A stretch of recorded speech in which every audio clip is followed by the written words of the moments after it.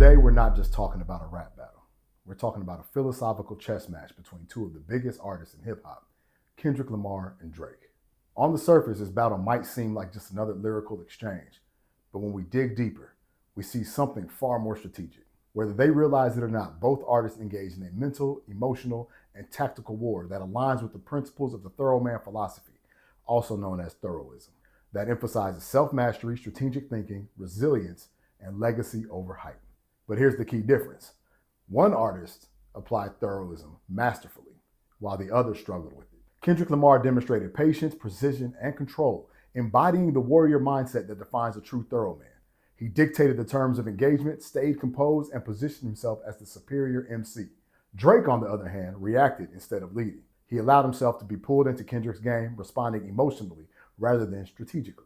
So today, I'm going to break down how the ThoroMan mindset shaped this battle, how Kendrick used it to dominate, and how Drake could have benefited from applying these same principles. By the end of the discussion, you'll see that hip-hop battles aren't just about who has the best bars. They're about who understands the game at the highest level. And in this case, the artist who embraced Thoroism walked away with victory. Let's dive in. Let's talk about Drake. Drake could have benefited from Thoroism in this rap battle with Kendrick Lamar by embodying the principles of discipline, mental resilience, and strategic mastery, rather than emotionally or letting the battle define his narrative. Here's how. Number one, mental fortitude and emotional control. Thoroism emphasizes self-mastery. Instead of getting caught up in public perception and industry pressure, Drake could have stayed composed and focused on delivering calculated responses rather than feeding to emotion-driven narratives. Kendrick played mind games while positioning himself as the superior MC. A true ThoroMan would embrace the challenge, not take it personally, and approach it as an opportunity to showcase wisdom and growth. Number two, strategic war tactics. Thoroism pulls from classic warrior philosophies. Therefore, instead of reacting immediately, Drake could have studied Kendrick's moves deeply and dictated the battle with his own terms rather than following Kendrick's lead. Instead of rushing a response or being on the defensive, a ThoroMan will use patience, precision, and psychological tactics, perhaps dropping a track at an unexpected moment or shifting the battle's focus entirely. Number three, mastery over hype.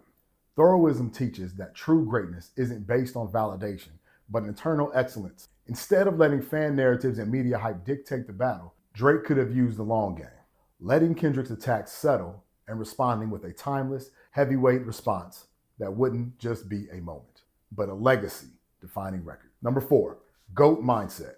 Instead of trying to match Kendrick's style, a ThoroMan would have doubled down on his own strengths. Drake has a larger cultural reach, storytelling ability, and a deep well of personal content.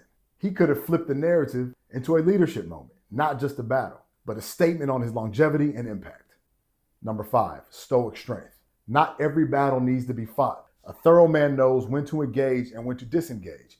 If a battle doesn't serve the bigger purpose, why entertain it? Drake could have opted for the silent victory, letting Kendrick take his shots while he remains untouched, knowing that his throne isn't shaken by temporary attacks. The conclusion is the ThoroMan way. If Drake had applied Thoroism principles, he would have, number one, controlled the narrative, not reacted to it. Number two, used strategic patience over emotional responses. Number three, shifted the focus from proving himself to reinforcing his legacy. And number four, played the long game instead of engaging in a short-term warfare. A true ThoroMan MC doesn't just battle for survival. He battles for dominance, longevity, and ultimate mastery. Now let's talk about Kendrick. Kendrick Lamar embodied Thoroism principles in this battle with Drake by using strategic patience, psychological superiority, and a focus on legacy over momentary hype. Whether consciously or not, Kendrick played the game like a true ThoroMan, mastering his approach in several key ways. Number one, patience and precision. Kendrick didn't jump into a rushed back and forth. He waited, observed, and chose his moment. Unlike other rappers who impulsively respond to every diss, Kendrick applied strategic timing, making his responses feel like calculated attacks rather than emotional reactions. Number two, dictating the narrative. A true ThoroMan leads, he doesn't follow. Kendrick made sure he controlled the conversation, forcing Drake into a defensive position. Instead of reacting, he set the tone and agenda of the battle. Every move felt deliberate, making Drake play into Kendrick's game.